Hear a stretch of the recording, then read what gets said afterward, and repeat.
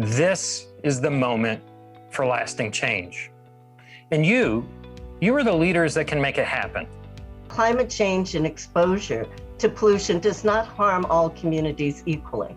So environmental justice, it's a civil rights analysis of environmental decision-making. When we have our meetings, we have to look around the room and understand whether we have the diverse perspectives in that room to adequately begin to address new policies.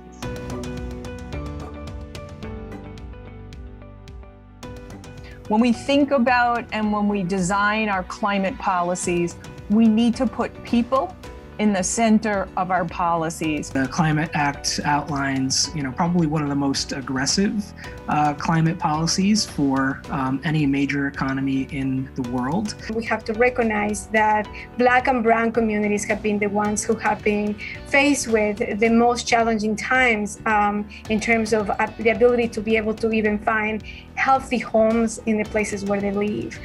Environmental justice is not something a government can do on its own. And has to come in co-creation with the public.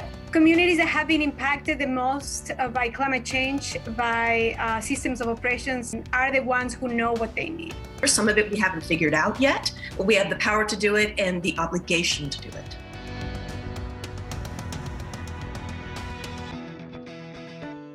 What do we have to make sure to get right so that we have a just transition? We need to make sure that our solutions are also thinking about how to deal with the existing infrastructure. Low-income housing should not be synonymous with low-quality housing.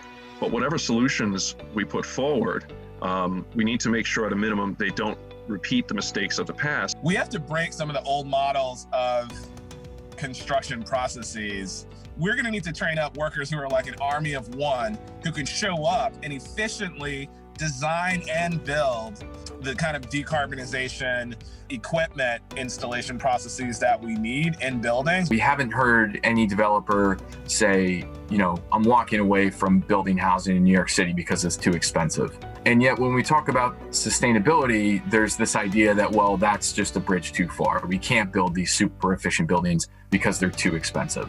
So we really just reject that premise on its face. We've got a really creative and dynamic industry that solves all sorts of cost problems. And the fact that we claim that we can't solve the one cost problem that actually benefits both operationally and really benefits our tenants, I think is a false choice.